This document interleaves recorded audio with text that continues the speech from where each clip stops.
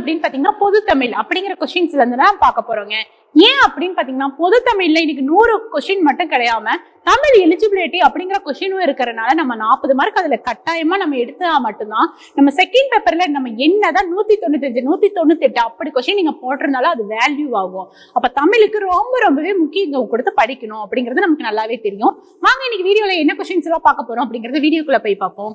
பாருங்க, பொருட்பாலில் பகுக்க பெறாத இயல் எது அப்படின்னு கேட்டிருக்காங்க. இந்த மாதிரி கொஸ்டின்ஸ் வரும்போது அவங்க பகுக்க கூடியதா பகுக்க கூடாததா அப்படிங்கிறது, எது தவறானது எது சரியானது அப்படிங்கிறது தான் நமக்கு நல்லா தெரிஞ்சிருந்து அதை அண்டர்லைன் பண்ணி வச்சுட்டு நம்ம பார்க்கக்கூடியதுங்க. பொருட்பாலில் பகுக்க பெறாத இயல் எது அப்படின்னு கேட்டிருக்காங்க.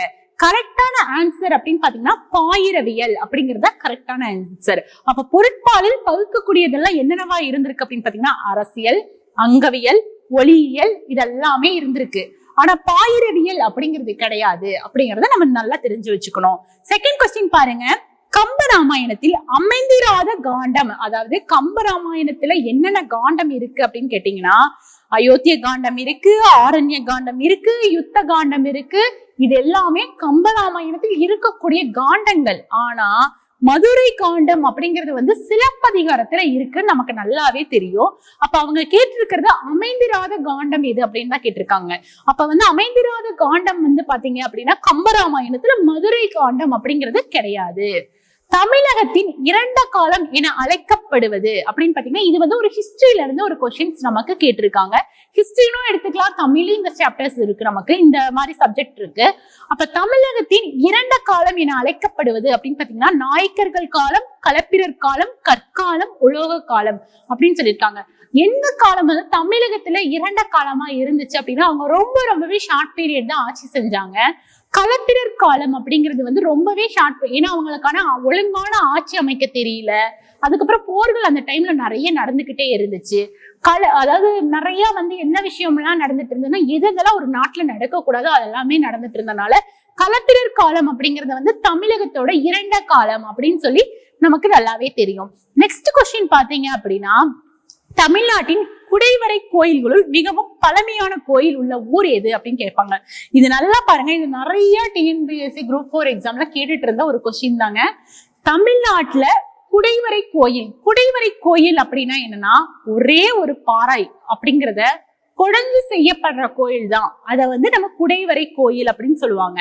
அந்த கோயில் தமிழ்நாட்டுல எந்த பகுதியில அதிகமா இருக்கு அப்படின்னு பாத்தீங்கன்னா அவங்க கொடுத்திருக்காங்க. Option A Swamimalai, option B Pillaiyarpatti, option C Thiruparankundram, option D Palani. அதாவது தமிழ்நாட்டின் குடைவரை கோயில்களில் மிகவும் பழமையான கோயில் எங்க இருக்கு அப்படின்னு பாத்தீங்கன்னா பிள்ளையார்பட்டியில தான் இருக்கு. 5வது கொஸ்டின் பாருங்க, கீழ்காண்பனவற்றுள் பொருத்தமற்றதை குறிப்பிடுக. பொருத்தமானது கேட்கல, பொருத்தமற்றது கேட்டிருக்காங்க. ஆற்று வெள்ளம் நாளை வர தோற்றதே குறி அப்படிங்கிறது. ஆற்று வெள்ளம் நாளை வர தோற்றதே குறி அப்படிங்கிறது நாளைக்கு ஆற்று வெள்ளம் வரப்போகுது அப்படின்னா இன்னைக்கு நமக்கு தெரியறதுக்கான வாய்ப்புகள் இருக்கும். எலிக்கு பகை பூனை, நண்டுக்கு பகை நரியும், கொக்குக்கு தவளைக்கு பகை பாம்பும் பருந்தும் அப்படின்னு சொல்லியிருக்காங்க. இதுல பாருங்களேன், எலிக்கு பகை பூனை கரெக்ட் தான், நண்டுக்கு பகை நரியும் கொக்கும் அப்படின்னு சொல்லி இருக்கிறது பாருங்க தவறானது. தவளைக்கு பகை பாம்பும் பருந்தும் அப்படிங்கிறது கரெக்டானது. புரிஞ்சுச்சுங்களா? கேணி நிற்பட சொரித்தவளை கூப்பிடுதே அப்படின்னு சொல்லியிருக்காங்க. சேற்று நண்டு சேற்றை குலைத்து ஏற்றுடைக்கதே அப்படின்னு சொல்லியிருக்காங்க. அதாவது கீழ்காண்பனவற்றுள் பொருத்தமற்றதை குறிப்பிடுக அப்படின்னு கேட்டதுல எலிக்கு பகை பூனை, நண்டுக்கு பகை நரியும் கொக்கும், தவளைக்கு பகை பாம்பும் பருந்தும் அப்படிங்கிறது இதுக்கு பொருத்தமற்றது. இந்த மாதிரி வீடியோக்கள் பல வலிமை ஐஏஎஸ் அகாடமி சேனல்ல கொடுத்துட்டே இருக்கோங்க. அது மட்டும் இல்லாம தமிழுக்காகவே பொது தமிழுக்காகவே உங்களுக்கு டெஸ்ட் பேட்ச் நாங்க நடத்தி கொடுத்துட்டு இருக்கோம். டெஸ்ட் பேட்சை பொறுத்த அளவுக்கு உங்களுக்கு எத்தனை டெஸ்ட் வருது அப்படின்னு பாத்தீங்கன்னா 35 டெஸ்ட் நாங்க கொடுக்குறோங்க. ஒவ்வொன்றும் 10 வருஷம் 15 வருஷம் கொஸ்டின் பேப்பரை அனலைஸ் பண்ணி நாங்க கொஸ்டின்ஸ் எடுத்துட்டு இருக்கோம். இன்னும் ஏன் வெயிட் பண்ணிட்டு இருக்கீங்க? ஏங்க மேம் இவ்வளவு சொல்றீங்க, அப்ப ஃபீஸ் எவ்வளவு இருக்கும் அப்படின்னு தானே கேக்குறீங்க. வெறும் 500 ரூபாய் மட்டும்தாங்க. கீழே டிஸ்கிரிப்ஷன் பாக்ஸ்ல கான்டாக்ட் நம்பர் இருக்கு, கான்டாக்ட் பண்ணி அட்மிஷன் பண்ணிக்கோங்க. மற்றொரு வீடியோ இந்த மாதிரி பல வீடியோக்கள் பல வலிமை ஐஏஎஸ் அகாடமி சேனல் உங்களுக்கு கொடுத்துக்கிட்டே இருக்கும். எங்களுக்கு நீங்க சப்போர்ட் பண்ணும் விதமாக நீங்க வலிமை ஐஏஎஸ் அகாடமி சேனலை சப்ஸ்கிரைப் பண்ணுங்க, லைக் பண்ணுங்க, ஷேர் பண்ணுங்க. மற்றொரு வீடியோவுடன் சந்திப்போம். நன்றி, வணக்கம்.